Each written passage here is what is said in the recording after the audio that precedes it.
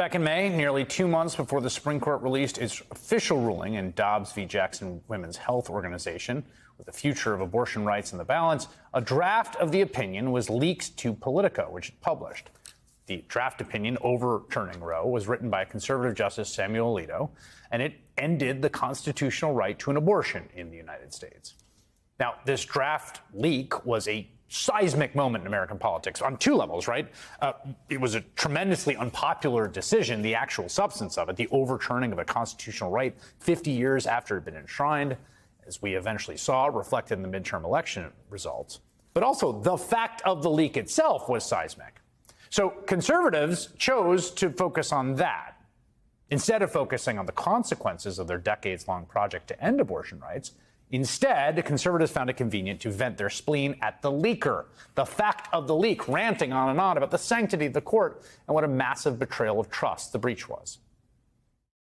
It was a grave betrayal of trust by somebody, and it was a shock because nothing like that had happened in the past.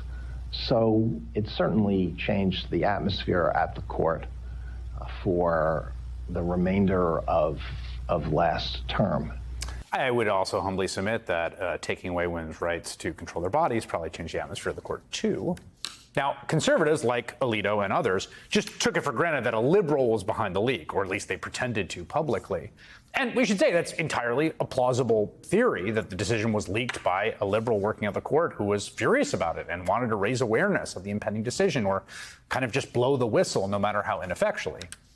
But of course, it's just equally plausible the decision was leaked by a conservative. And one of the possible, most likely motives, if it were that, would be to box in the justices who joined that opinion going all the way in overturning Roe, if they were worried that one of those justices might be getting cold feet, might be looking for a way to do something not quite as radical.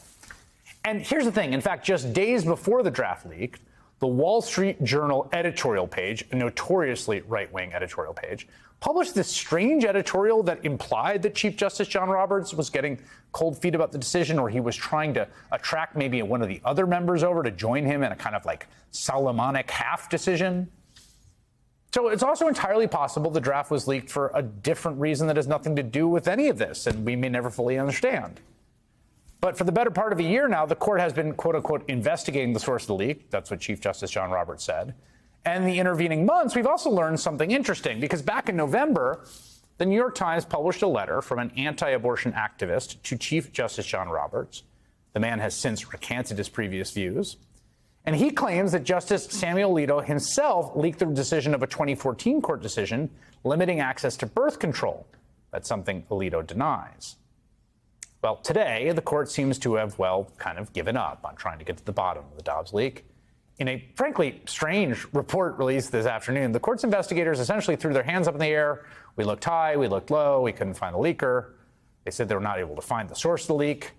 They even, strangely, and for reasons that are as yet unclear to me, included a testimonial from former George W. Bush Homeland Security Secretary Michael Chertoff, who basically said, "Attaboy, you looked everywhere and couldn't find it," praising their failed investigation.